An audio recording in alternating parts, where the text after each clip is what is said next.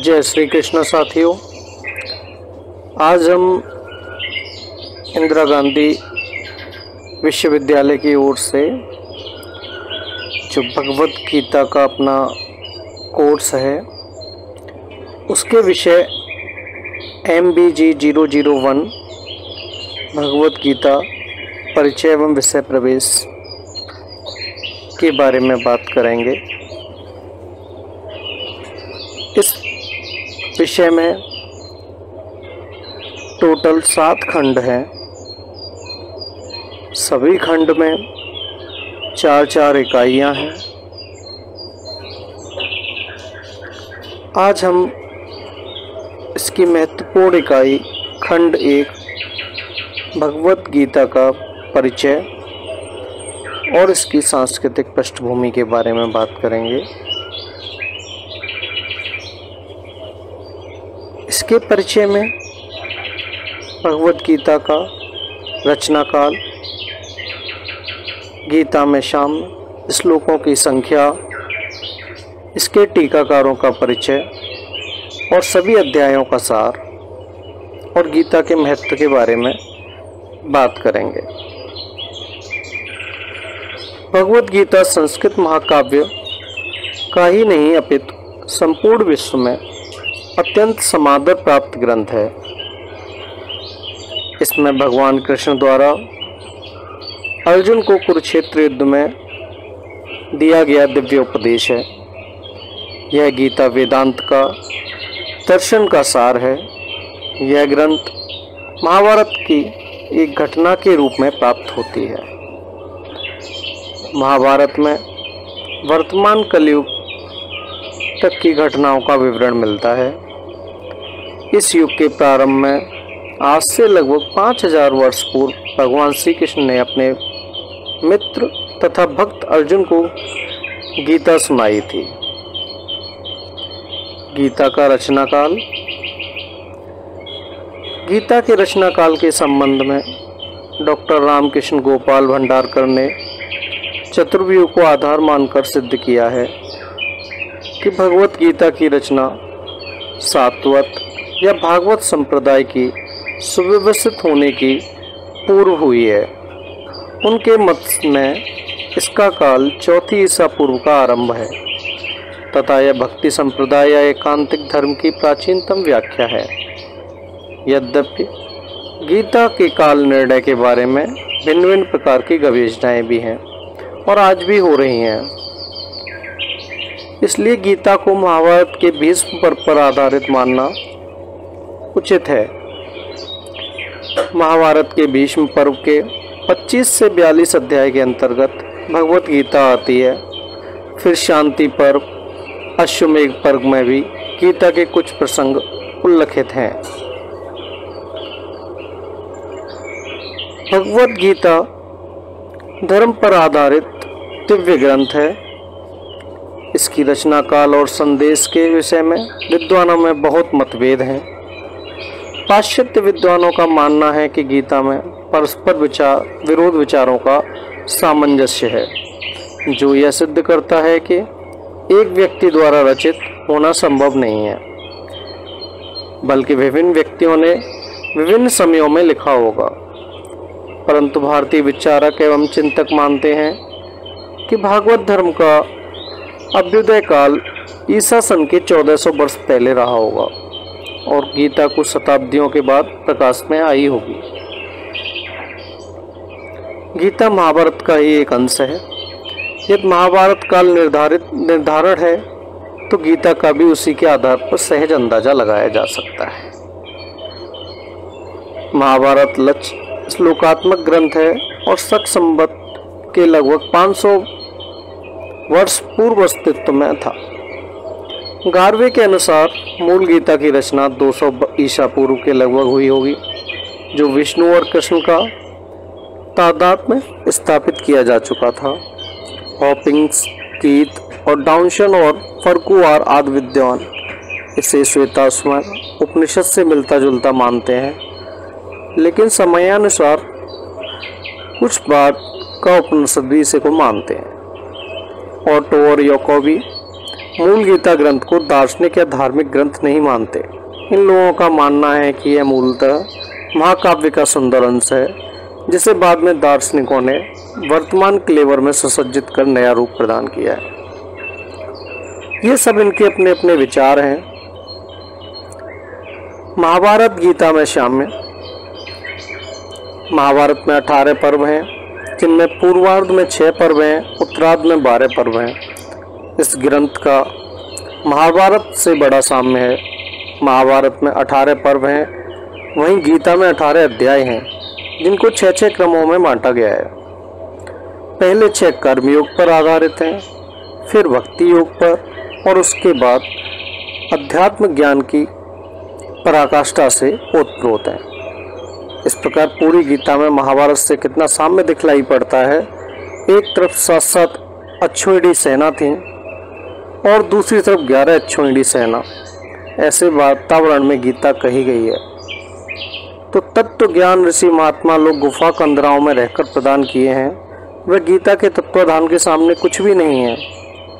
संपूर्ण गीता ग्रंथ 18 अध्यायों में विरचित है। प्रत्येक अध्याय एक एक योग है। गीता की पृष्ठभूमि युद्ध क्षेत्र है। भगवान श्री कृष्ण का मुख्य प्रायोजन मानव अवतार रूप धारण करके अधर्म का नाश और धर्म का उत्थान करना था, जो कि स्वयं कहते हैं, यदा यदा हि धर्मस्य ग्लानिर्भवति भारत अभ्युत्थानं धर्मस्य तदात्मानं सृजाम्यहम्। कुरुक्षेत्र में युद्ध की तैयारी चल रही थी। इस युद्ध का कारण राज्य के अधिकार क्षेत्र को लेकर था। कौरव अपने राज्य से सुई की नोक के बराबर भी जमीन पांडवों को देने के लिए तैयार नहीं थे, जबकि पहले सहमति बन चुकी थी। लेकिन इस विषय से विमुक्त होने पर युद्ध की पृष्ठभूमि तैयार हो चुकी थी। दोनों पक्ष में श्रेष्ठ वीर युद्ध भूमि में उपस्थित थे। शारीरिक बल प्रयोग से इस झगड़े का निपटारा होना था। कुरुक्षेत्र की युद्ध भूमि में एक तरफ पांडव सेना थी, दूसरी तरफ कौरव सेना युद्ध के लिए सन्नद्ध खड़ी हैं। भगवान श्री कृष्ण अर्जुन के सारथी हैं और रथ को दोनों सेनाओं के मध्य ले जाकर खड़ा कर देते हैं। तब अर्जुन को मोह हो जाता है, क्योंकि सभी लोग युद्ध में अपने ही सगे संबंधी थे। अर्जुन को श्री कृष्ण समझाते हुए कहते हैं, अपने स्वधर्म अर्थात क्षत्रिय धर्म का पालन करो, अधर्म का नाश करके धर्म को विजयी बनाओ। तर्क प्रतर्क बुद्धि युक्त अर्जुन को बारंबार श्री कृष्ण स्वधर्म और अपने स्वभाव के अनुसार निष्काम कर्म करने का उपदेश देते हैं, क्योंकि अर्जुन को अपने सभी चचेरे भाई, ममेरे भाई, सब रिश्तेदार, गुरुजन दिखाई पड़ रहे थे।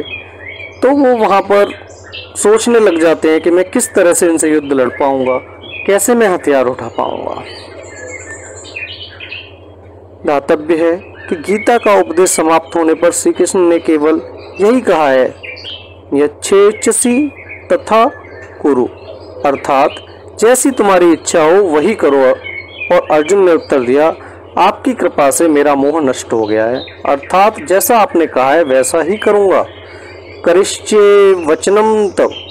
इस प्रकार हम देखते हैं कि संपूर्ण गीता में श्री कृष्ण परमात्मा के रूप में प्रतिष्ठित है और कृष्ण अर्जुन को निष्काम कर्म का सदुपदेश देते हैं।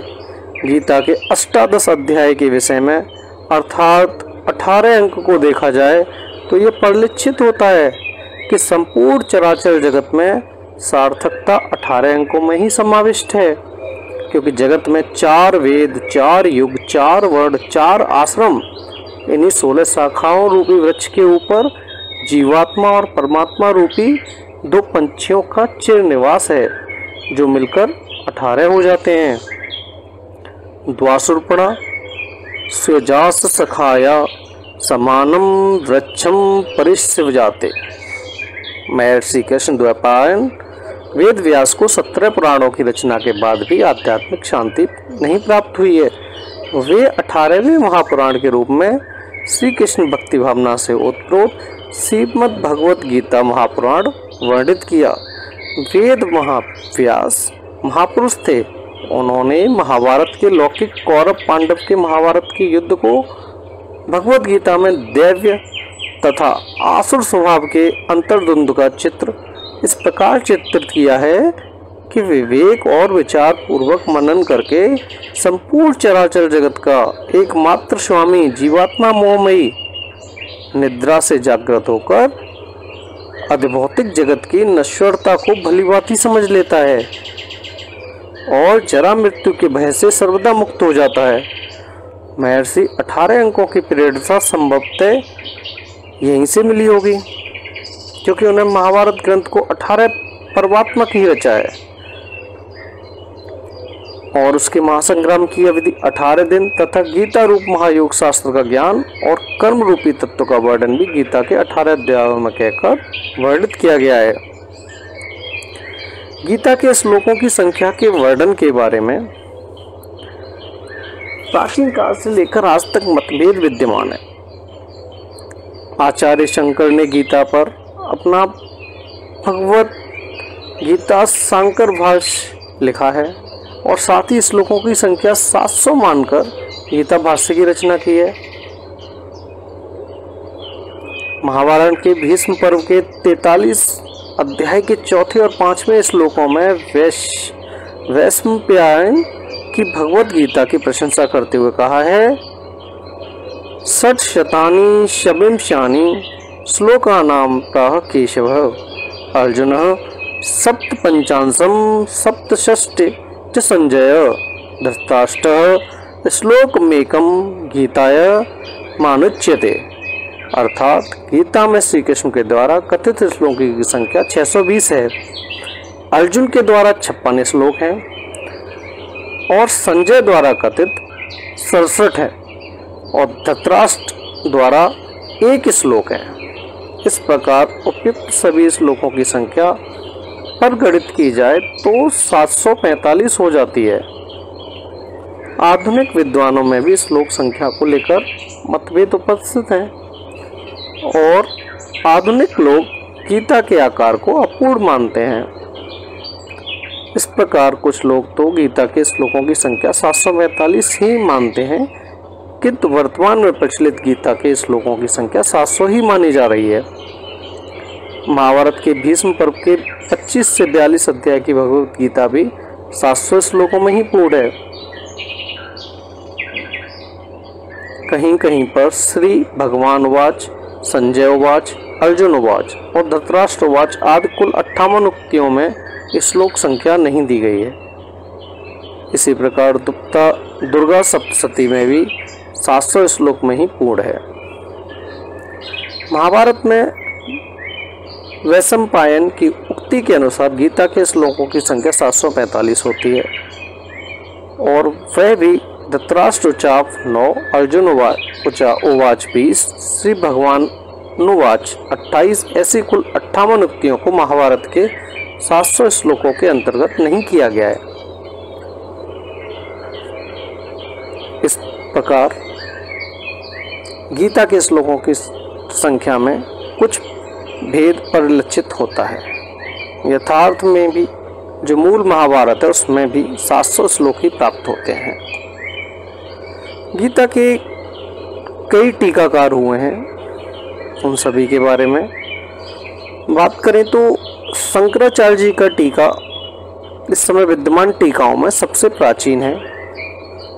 इसमें पुरानी अन्य टीकाओं की जिनका नाम निर्देश शंकराचार्य ने अपनी भूमिका में किया है, परंतु वे इस समय प्राप्त नहीं होती हैं। शंकराचार्य के दृष्टिकोण का विकास आनंद गिरी ने जो संभवतः 13वीं शताब्दी में हुए हैं तथा इनके बाद श्रीधर और मधुसूदन जी जो 16वीं शताब्दी में हुए हैं ने तथा अन्य परिवर्ती लेखकों ने किया है।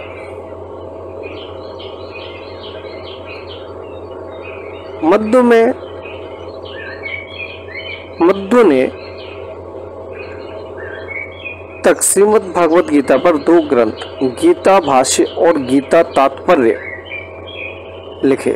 उनमें गीता में द्वैतवास के सिद्धांत को ढूंढ निकालने का प्रयास किया गया।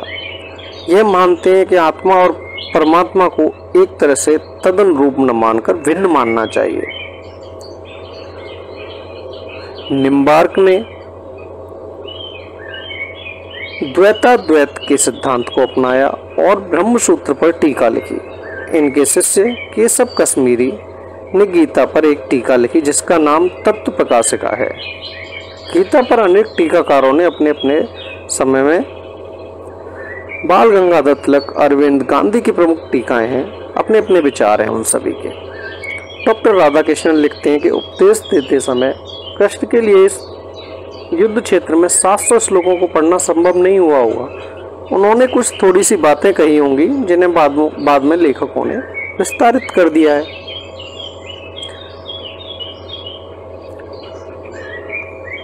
गार्वे मानते हैं कि गीता पहले सांख्य योग संबंधी ग्रंथ था, जिसमें बाद में कृष्ण वसुदेव पूजा पद्धतियाँ मिली और ईसा पूर्व 3वीं शताब्दी में इसका मेल मिलाप कृष्ण को विष्णु का रूप मानकर वैदिक परंपरा के साथ बैठा दिया गया। मूल रचना ईसा पूर्व 200 में लिखी गई थी और इसका वर्तमान रूप ईसा की 2वीं शताब्दी में किसी वेदांत के अनुयायी द्वारा प्रस्तुत किया गया है। गर्वे के सिद्धांत को दार्शनिक लोग सामान्यतः अस्वीकार करते हैं। कीथ मानते हैं कि मूलतः गीता श्वेताश्वतर उपनिषद की तरह थी, बाद में उसे कृष्ण पूजा के अनुकूल बनाया होगा। प्रोफेसर काशीनाथ बाबू ने एक सांप्रदायिक श्लोक के आधार पर श्री शंकराचार्य का जन्म काल 845 विक्रम संवत निश्चित किया है। अतः आचार्य शंकर के जन्म से 200-300 वर्ष पूर्व ही गीता लगभग 400 तक प्रकाश में आ चुकी थी। पाश्चात्य विद्वान तेलंग ने कालिदास और बाणभट्ट को गीता से परिचित बतलाया है।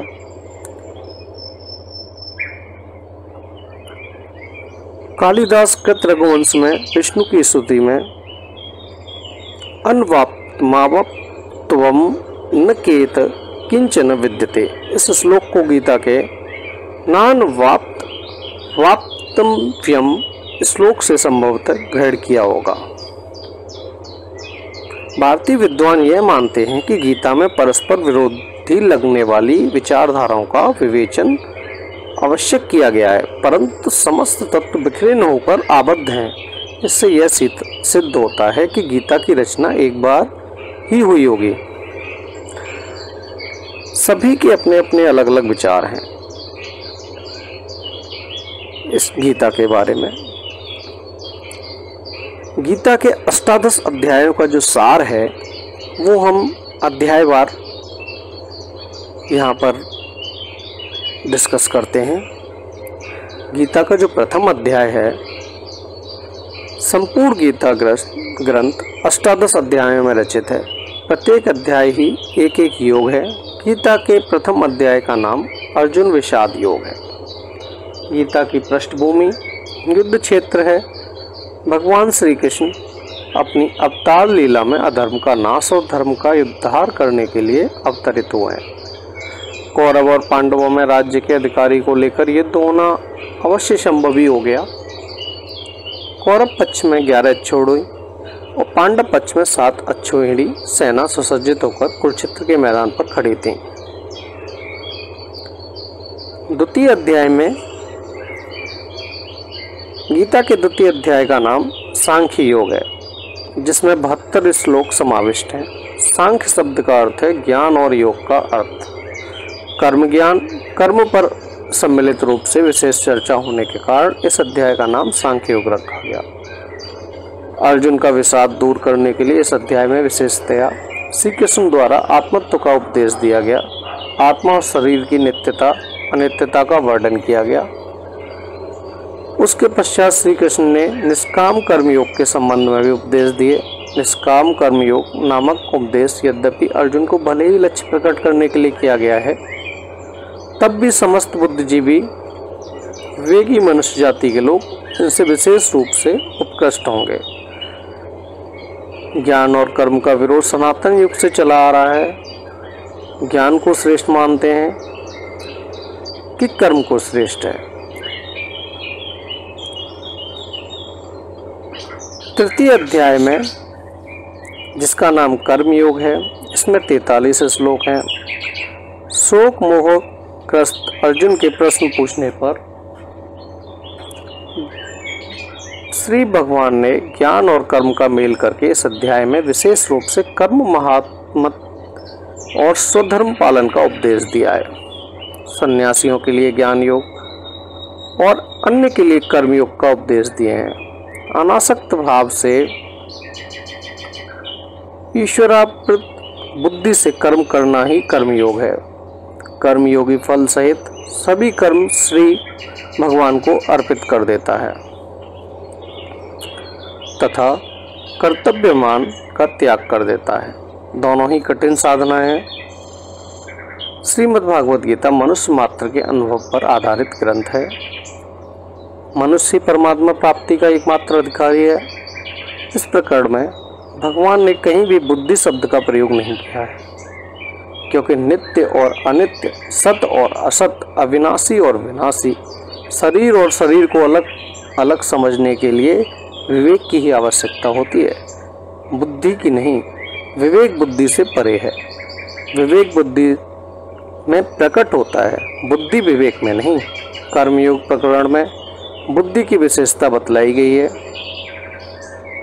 कि व्यवसाय का बुद्ध ऋकेह अर्थात बुद्धि में निश्चय ही प्रधानता होती है। इस प्रकार अर्जुन कर्मयोग में निश्चय चयात्मका बुद्धि की अत्यंत आवश्यकता बताने के बाद भगवान अर्जुन को संभाव पूर्वक कर्तव्य कर्म करने के लिए विशेष रूप से कहते हैं। जैसे कर्मण्येवाधिकारस्ते योगस्थः कुरु कर्मणि बौद्धो सर्वमनपिच्छ योगः कर्म सुकौशलम आदि श्लोकों में भगवान अर्जुन को संभाव पूर्वक कर्तव्य कर्म करने के लिए प्रेरित करते हैं। इसी अध्याय में जनकादि का उदाहरण सम्मुख रखकर अर्जुन को लोक संग्रह का महत्व बतलाते हैं, इसकी सार्थकता को सिद्ध करते हैं। अब बात करते हैं चतुर्थ अध्याय की। चतुर्थ अध्याय का नाम ज्ञान योग है। इसमें 42 श्लोक वर्णित हैं। चतुर्थ अध्याय में भगवान ने अपने अवतरित होने के रहस्य और तत्व के सहित कर्म योग तथा संन्यास योग का अर्थ, इन सबके फलस्वरूप जो परमात्मा के तत्व यथार्थ ज्ञान है उसका वर्णन किया है। इसलिए इसका नाम ज्ञान कर्म संन्यास योग भी है। इससे प्रारंभ में कर्मयोग की प्रशंसा की गई है। इस अध्याय में चतुर्थ वर्णों की उत्पत्ति, जन्म, कर्मरूप, लीलात्व, कर्म, अकर्म और विकर्ण का विश्लेषण, ज्ञान क्या है, ज्ञान का उपाय, फल और अधिकारी का विचार, वर्ण भेद, कर्म भेद, ज्ञान लाभ के बहिरंग और अतरंग साधन आदि अनेक आध्यात्मिक विषयों का उपदेश दिया है। निष्काम कर्मयोग के माध्यम से ही ज्ञान योग को प्राप्त किया जा सकता है, क्योंकि भगवान स्वयं कहते हैं सर्व कर्मा किलम पार्थ ज्ञानम परे समाप्यते। हे अर्जुन, समस्त कर्म ज्ञान उत्पन्न होने पर समाप्त हो जाते हैं। कर्म, योग, भक्ति और ज्ञान अलग अलग न होकर परस्पर एक दूसरे के सहायक हैं और अत्यंत श्री भगवान के स्वरूप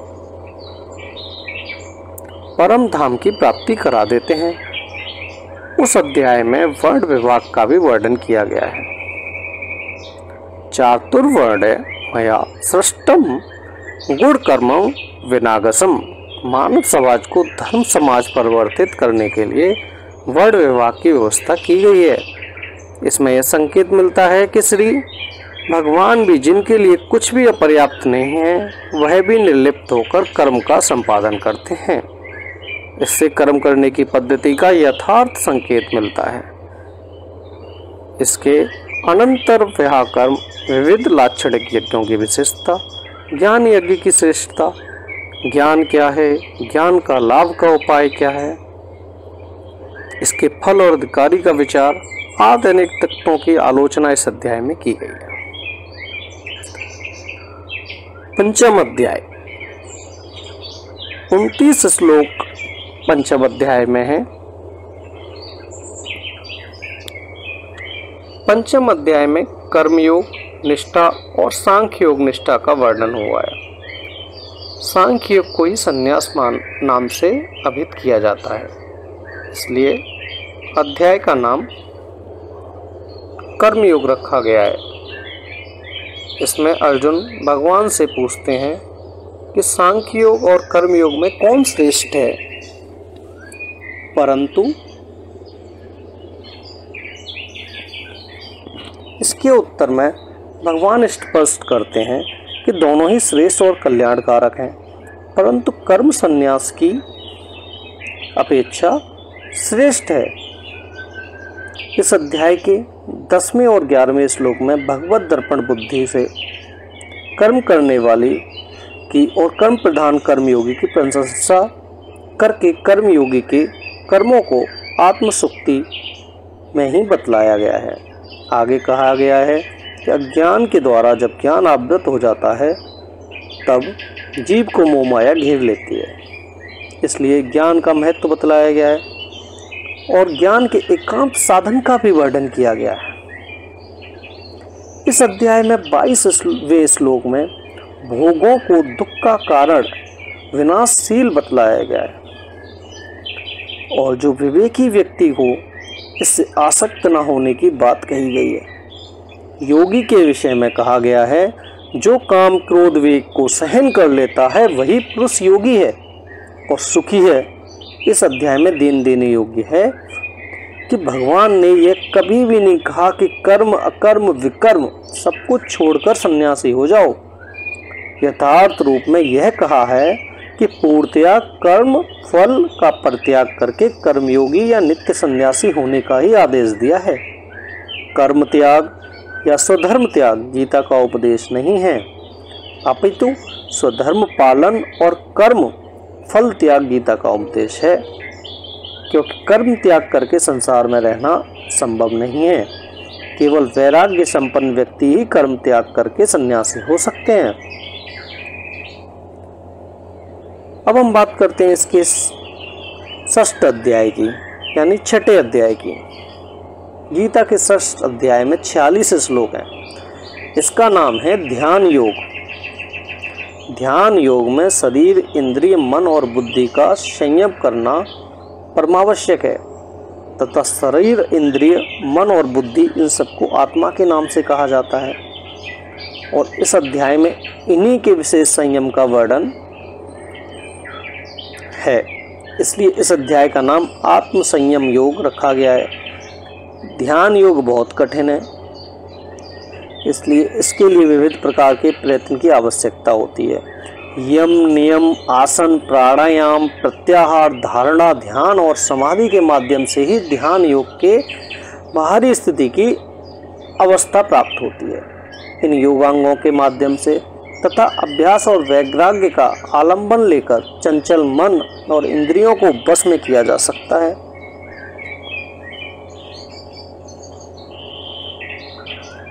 अब हम बात करते हैं 7वें अध्याय की। गीता के 7वें अध्याय का नाम ज्ञान विज्ञान योग है। इस अध्याय में 30 श्लोक वर्णित हैं। इस अध्याय की संज्ञा से प्रतीत होता है कि जिस विशेष आयोग के आलंबन से ज्ञान और विज्ञान का विकास होता है उसी का विस्तृत वर्णन किया गया है। श्री कृष्ण ने आगे कहा है कि मनुष्य केवल इतना जान गया है कि ईश्वर है, वह ज्ञानी है, और लकड़ी में आग है, इसको जो जाने वह भी ज्ञानी है, किंतु लकड़ी जलकर रसोई पकाना, खाना तथा पूर्ण प्रतित्य हो जाना जिसको इसका ज्ञान होता है उसे ही विज्ञानी कहते हैं। अर्थात कहने का तात्पर्य है कि ब्रह्मा को शब्द और अर्थ से जानने का नाम ज्ञान है। ब्रह्म को विशेष रूप से जानकर उसमें निरंतर विलास करना, ब्रह्मानंद में डूबा रहना विज्ञान है। उन्होंने विज्ञानी के लक्षण में बताया है, विज्ञानी के बंधन खुल जाते हैं, केवल काम क्रोध आदि आकार मात्र रहता है। विज्ञानी सदा ईश्वर का दर्शन करता रहता है। ये कभी नित्य आंखें खोलकर या लीला भाव में भी दर्शन करते रहते हैं। जो योगी निरंतर ईश्वर चिंतन करते हुए श्री भगवान वासुदेव को विशेष रूप से जान सके हैं वही युक्तम है। स्वरूप तत्व का वर्णन करते हुए भगवान कहते हैं मेरी दो प्रकृतियां हैं, अपरा और परा। अपरा प्रकृति 8 भावों में विभक्त है, जैसे बुद्धि, अहंकार, मन, चिति, अप, तेज, मरुत, व्योम, परा। और परा प्रकृति समस्त प्रपंच जगत को धारण करती है। इन दोनों प्रकृतियों के संयोग से इस संसार की सृष्टि होती है। भगवान ही इस संसार के मूल कारण है। प्रलय काल में स्थावर जंगम रूपी समस्त सृष्टि लय को प्राप्त कर भगवान में ही समा जाती है। इसी को छंदोपनिषद में कहा गया है, तत् जलान इत शांत उपासित। अष्टम अध्याय में, जो कि 28 श्लोकों से सुशोभित है, अक्षर और ब्रह्म दोनों शब्द भगवान के सगुण और निर्गुण दोनों ही स्वरूपों के वाचक हैं तथा भगवान का नाम ओम भी है। इसे भी अक्षर और ब्रह्म कहते हैं। इस अध्याय में भगवान के सगुण निर्गुण रूप और ओंकार का वर्णन किया गया है, इसलिए इस अध्याय का नाम अक्षर ब्रह्म योग रखा गया है। इस अध्याय में परमेश्वर के स्वरूप का वर्णन करके प्रसंग में ब्रह्मतत्व, ब्रह्मोपासना और अंतकाल में ईश्वर चिंता की विशेष रूप से आलोचना हुई है। भगवान ने ईश्वर परायण होने का उपदेश दिया है। नवम अध्याय का नाम राजीव दाराज गुहा योग है। इस अध्याय में भगवान ने जो उपदेश दिया है उसको उन्होंने समस्त विद्याओं और समस्त गुप्त रखने योग्य भावों को राजा बतलाया है। इस अध्याय में 34 श्लोक हैं। इस अध्याय में विशेष रूप से ईश्वरीय योग, सामर्थ्य, भगवान के भक्त, देवी संपदा संपन्न और अभक्त आसुरी संपदा युक्त, ईश्वर का विश्वानुगत भाव, योगक्षेप, भगवत भक्ति के फल का स्वरूप, श्री भगवान भक्ति के लिए इच्छुक, ईश्वर में एकांत शरणागति ही भक्ति का लाभ श्रेष्ठ उपाय आदि विषयों पर विवेचना हुई है।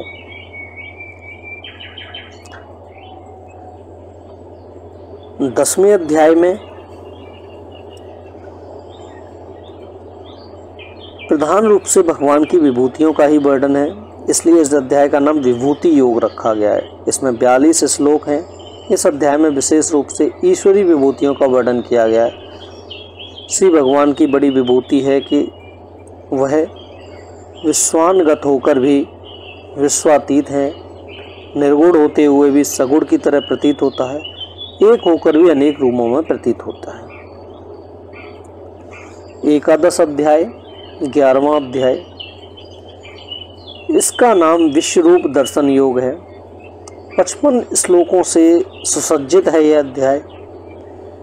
इस अध्याय में अर्जुन ने भगवान से कातर भाव प्रार्थना की है कि हे भगवान, आप अपने विश्व रूप का दर्शन मुझको करवा दें। इसलिए इस अध्याय में विश्व रूप का और उनके स्तवन का ही प्रकट है, इसलिए इस अध्याय का नाम विश्व रूप दर्शन योग रखा गया है। इस अध्याय में पहले से चौथे श्लोक में अर्जुन ने भगवान की ओर उनके उपदेश की प्रशंसा करके विश्व रूप के दर्शन कराने के लिए भगवान से अनुनय विनय की है। इसके बाद प्रसन्न होकर भगवान श्री कृष्ण ने ईश्वरी रूप दिखलाया है, किंतु उस स्थिर नेत्रों से भगवान के चिन्मय स्वरूप का दर्शन नहीं हो सकता। केवल इसको सांसारिक पदार्थ ही देखे जा सकते हैं। इस कारण भगवान ने दिव्यचक्षु या भाव नेत्र अर्जुन को प्रदान किए हैं और इन दिव्य चक्षुओं से अर्जुन ने भगवान के विश्व रूप का दर्शन किया है, जिसको देखकर लोग परम गति को प्राप्त होते हैं। 10वें से 13वें तक अर्जुन का कैसा रूप दिखलाई दिया, इसका वर्णन भी किया गया है। यह संसार ब्रह्म का विराट शरीर है। वेद में सहस्रशीर्षा पुरुषः सहस्राक्ष साहसपात से वर्णन किया गया है। द्वादश अध्याय गीता के द्वादश अध्याय में 20 श्लोकों में ही समाप्त है, किंतु यह अध्याय भक्ति साधन के पथ निर्देश के लिए विशेष महत्वपूर्ण है। भक्ति योग, कर्म योग, ज्ञान योग, राजयोग के साधनों सहित भगवान की भक्ति का वर्णन और भगवत भक्तों का लक्षण बतलाया गया है। इस अध्याय का उपक्रम और उपसंहार भगवत भक्ति में ही हुआ है। केवल 3 श्लोकों में ज्ञान के साधन का वर्णन है। वह भी भगवत भक्ति और ज्ञान योग की परस्पर तुलना करने के लिए ही है। अतएव एक अध्याय का नाम भक्ति योग रखा गया है। इस अध्याय में प्रारंभ में अर्जुन का प्रश्न है, सगुण साकार निर्गुण निराकार के उपासकों में कौन सहज या श्रेष्ठ है। इसके उत्तर में भगवान कहते हैं, यद्यपि दोनों ही मार्गों का उद्देश्य एक ही है, तो भी सगुण ब्रह्मोपासना या भक्ति का मार्ग श्रेष्ठ है। इस भक्ति मार्ग के ही अनेक उपाय हैं।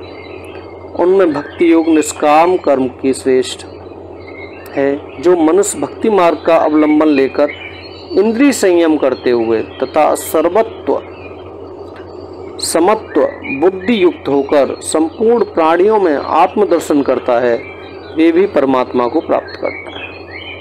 इस अध्याय में विशेष रूप से भक्ति मार्ग का सहारा लेकर ईश्वरोपासना का उपदेश दिया गया है। इस कारण इस अध्याय का नाम भक्ति योग रखा गया है। भगवान ने अर्जुन को उपदेश दिया है कि सब कर्मों को मुझ में अर्पण करके अनन्य भावों से मेरा ही चिंतन करो, और ऐसा करने पर भक्तों का उद्धार मैं स्वयं कर देता हूँ। त्रयोदश अध्याय, जिसमें कि 35 श्लोकों का वर्णन है। इस अध्याय का नाम क्षेत्र क्षेत्रज्ञ अथवा प्रकृति पुरुष विभाग योग है। क्षेत्र और क्षेत्रज्ञ अर्थात शरीर और आत्मा दोनों अत्यंत विलक्षण है। अज्ञान के कारण ही दोनों में एकता दिखाई देती है। क्षेत्र शरीर जड़, विकारी, नाशवान और क्षणिक है, वहीं क्षेत्रज्ञ इसके विपरीत चेतन, अविकारी, निर्विकार, नित्य और अविनाशी है। क्षेत्र और क्षेत्रज्ञ दोनों ही स्वरूप का भेद वर्णन किया गया है, इसलिए इसका नाम क्षेत्र क्षेत्रज्ञ विभाग योग रखा गया है।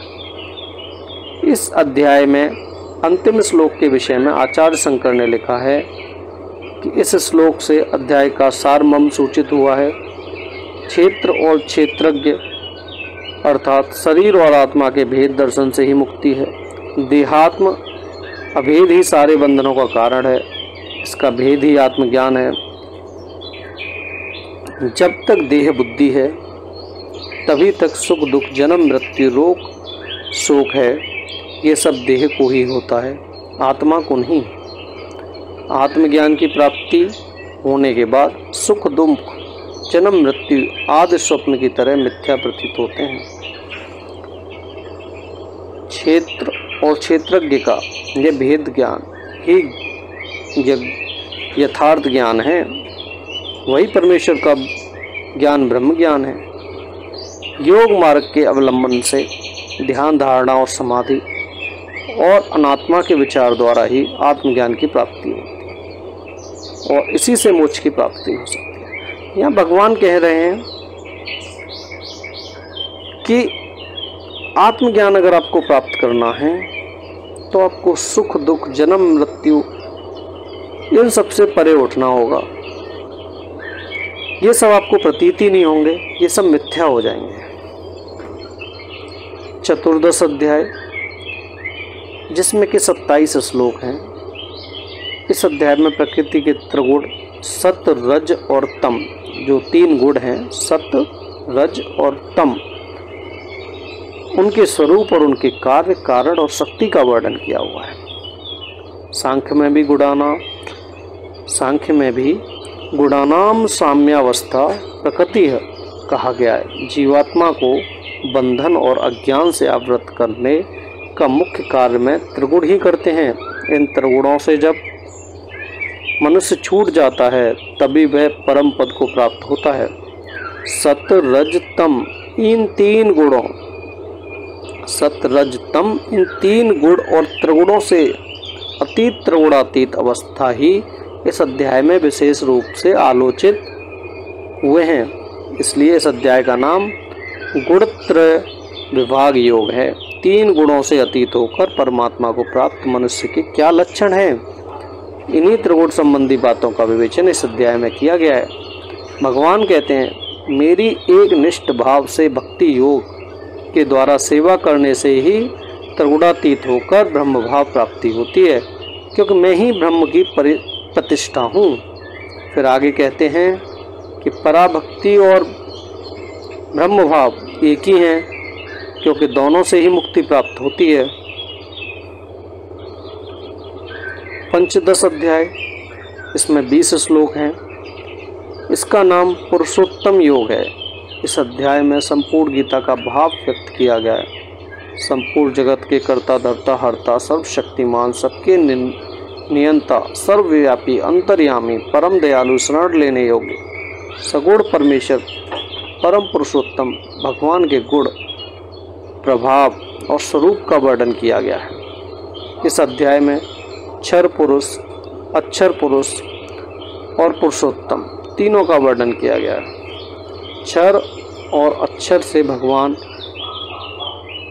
किस प्रकार श्रेष्ठ हैं और सब में कैसे उत्तम हैं, क्यों पुरुषोत्तम कहे जाते हैं, पुरुषोत्तम कहने के पीछे क्या महात्म्य है, इस सब का उत्तर इसी अध्याय में विस्तृत रूप से मिलता है। और इतना ही नहीं, समस्त वेदों का अर्थ भी इस अध्याय में संक्षेप में मिलता है। जो उन्हें जानता है वही वेदज्ञ है। समस्त वेदों का मैं ही प्रतिपाद्य अर्थ हूँ। श्री भगवान ने स्वयं कहा है, मैं क्षर से परे और अक्षर से भी उत्तम हूँ। इस कारण इस लोक तथा वेद में पुरुषोत्तम नाम से प्रसिद्ध हूँ। अस पुरुषोत्तम को जानने से ही मनुष्य सर्वज्ञ हो जाता है। उसको यह ज्ञान हो जाता है कि वह सगुण और निर्गुण भी है, साकार और निराकार भी है। जब भक्तों पर दुख पड़ता है तब भगवान अवतार रूप में अवतीर्ण होते हैं। शोषण अध्याय, इस प्रकार वासुदेव ही मनुष्यों की परम गति हैं और यही समस्त वेदों का एकमात्र प्रतिपाद्य विषय है। गीता के इस अध्याय में 24 श्लोक हैं। इस अध्याय में देव तथा आसुरी संपत्तियों का विभाग किया गया है। इस कारण इस अध्याय का नाम देवासुर संपद विभाग योग है। श्री भगवान ने पहले दैवी संपदा के अंतर्गत 26 सात्विक गुणों का वर्णन किया है, जैसे चिंत शुद्धि, आत्मज्ञान में निष्ठा, सत्य, अक्रोध, त्याग, शांति, जीवों पर दया, लज्जा चंचलता का अभाव, क्षमा, धैर्य, सोच, अहिंसा, अहंकार, शून्यता आदि देवी संपदाएं हैं। और जो लोग पूर्व जन्म के शुभ कर्मों के फलस्वरूप देवी संपदा के अधिकारी पात्र होकर जन्मे हैं, वे ही इन 26 सात्विक गुणों के अधिकारी हैं। उसी प्रकार गर्व, दम्भ, अभिमान, क्रोध, निष्ठुरता, अज्ञान आदि आसुरी संपदा लेकर जन्मे हैं, वे ही दुख सदैव भोगते हैं। ये लोग दुर्गुण और दुराचार ज़्यादा करते हैं। जो लोग दैवी संपदा से युक्त होते हैं वो मोक्ष प्राप्ति की ओर अग्रसर रहते हैं, और जो आसुरी संपदा से युक्त लोग होते हैं उसके लिए संसार ही बंधन का कारण है। आसुर प्रकृति वाले मनुष्यों को पुण्य, पाप, धर्म, अधर्म तथा कामों को ही जीवन का परम पुरुषार्थ समझते हैं और प्राणियों को अनिष्ट करते हैं। इस प्रकार आसुर स्वभाव वाले लोग अधर्म का आचरण करके भूयस अधोगति को प्राप्त होते हैं। उनकी मुक्ति का कोई उपाय नहीं रहता है। सप्तदश अध्याय, गीता के सप्तदश अध्याय में 28 श्लोक हैं। अर्जुन के प्रश्न करने पर भी भगवान ने यहाँ विविध श्रद्धा का विशेष वर्णन किया है। इस कारण इस अध्याय का नाम श्रद्धातय विभाग योग है। त्रिविध श्रद्धा के अतिरिक्त इसमें त्रिविध आहार, त्रिविध यज्ञ, त्रिविध तपस्या, त्रिविध दान आदि के विषय में विशेष रूप से आलोचना हुई है। इस अध्याय के आरंभ में अर्जुन ने श्रद्धायुक्त वचनों की निष्ठा पूछी है। उसके उत्तर में भगवान ने 3 प्रकार की श्रद्धा बतलाकर श्रद्धा के अनुसार ही निष्ठा पूछी है। फिर पूजा, तप, यज्ञ आदि में श्रद्धा का संबंध बताते हुए इसके अंतिम श्लोक में श्रद्धा रहित पुरुषों के कर्मों का असत बतलाया गया है। सत्व आदि त्रिगुणों के भेद से मनुष्य की त्रिविध प्रकृति या अंतःकरण वृद्धि उत्पन्न होती है। इस कारण प्रकृति भेद में उनकी श्रद्धा की सात्विक, राजसिक और तामसिक होती है। सात्विक श्रद्धा से युक्त साधक देवताओं की पूजा करते हैं। राजसिक प्रवृत्ति वाले मनुष्य कामना युक्त चित्त से यक्ष, राक्षस आदि की पूजा करते हैं। और तामसिक मनुष्य रोग मुक्ति आदि की कामना करके भूत प्रेत आदि की उपासना करते हैं। स्वामी विवेकानंद ने लिखा है, इस नियम की व्यतिक्रम कभी नहीं होता है कि शुभ कर्म का शुभ फल और अशुभ कर्म का अशुभ फल प्राप्त होना अनिवार्य है। कर्म की गति अति दुर्जगेय आचार्य शंकर ने अपने विवेक चूड़ामणि ग्रंथ में लिखा है, नाभुक्तम श्रीयते कर्म कल्पकोटिश्चैरपि अवश्यमेव भोक्तव्यम कृतम कर्म शुभाशुभम। अर्थात जो शुभाशुभम कर्म किया उसका फल अवश्य ही भोगना पड़ेगा। भोग किए बिना कोटिकल्प में भी कर्म का क्षय नहीं होता।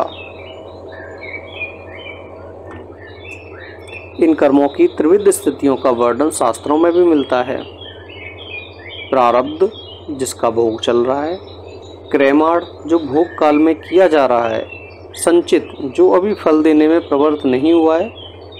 प्रत्येक जीव को इन तीनों कर्मों का क्षय भोग करके ही करना पड़ता है। श्रुति कहती है, पुण्या वे पुण्येन कर्मणा भवति पापः पापेन, अर्थात पुण्य कर्म से ही पुण्य की उत्पत्ति होती है, पाप कर्म से पाप कर्म की उत्पत्ति होती है। कर्म क्षय का एक उपाय भी है, श्री भगवान श्री कृष्ण ने बताया है। इसने जो कर्म क्षय होता है उसका एक उपाय भी है, वो है ज्ञानाग्निः सर्व कर्माणि भस्मसात् कुरुते तथा, अर्थात ब्रह्म ज्ञानी रूपी अग्नि समस्त शुभाशीष कर्मों को भस्म कर देती है। प्रत्येक मनुष्य को अपने अपने प्रारब्ध कर्मों के भोग के लिए जन्म ग्रहण करना पड़ता है। इस प्रकार भगवान केवल मनुष्य के कर्म फल भोग की व्यवस्था कर देते हैं, जिससे वो अपने अपने कर्मों का फल भोग कर मुक्ति मार्ग की ओर अग्रसर हो सकें। अंतिम अध्याय अष्टादश अध्याय गीता का अष्टादश अध्याय 78 श्लोकों में रचित है। ये गीता का अंतिम महत्वपूर्ण अध्याय है। समस्त गीता में श्लोकों की दृष्टि से यह सबसे बड़ा अध्याय है। इस अध्याय के 73 श्लोक तक श्रीमद् भगवद गीता या श्री कृष्ण अर्जुन संवाद है। बाकी 5 श्लोक संजय के वाक्य हैं। इस प्रकार आलोचित विषय वस्तु की दृष्टि से भी श्रेष्ठ है। इस अध्याय में समस्त गीता शास्त्र की आलोचना का उपसंहार करके मानव जीवन का चरम आदर्श और मोक्ष लाभ कैसे हो सकता है, इसका वर्णन किया गया है। इस कारण इस अध्याय का नाम मोक्ष योग है। भगवत गीता के परिचय से संबंधित इस वीडियो में हमने सभी अध्यायों और भगवत गीता के बारे में बात की।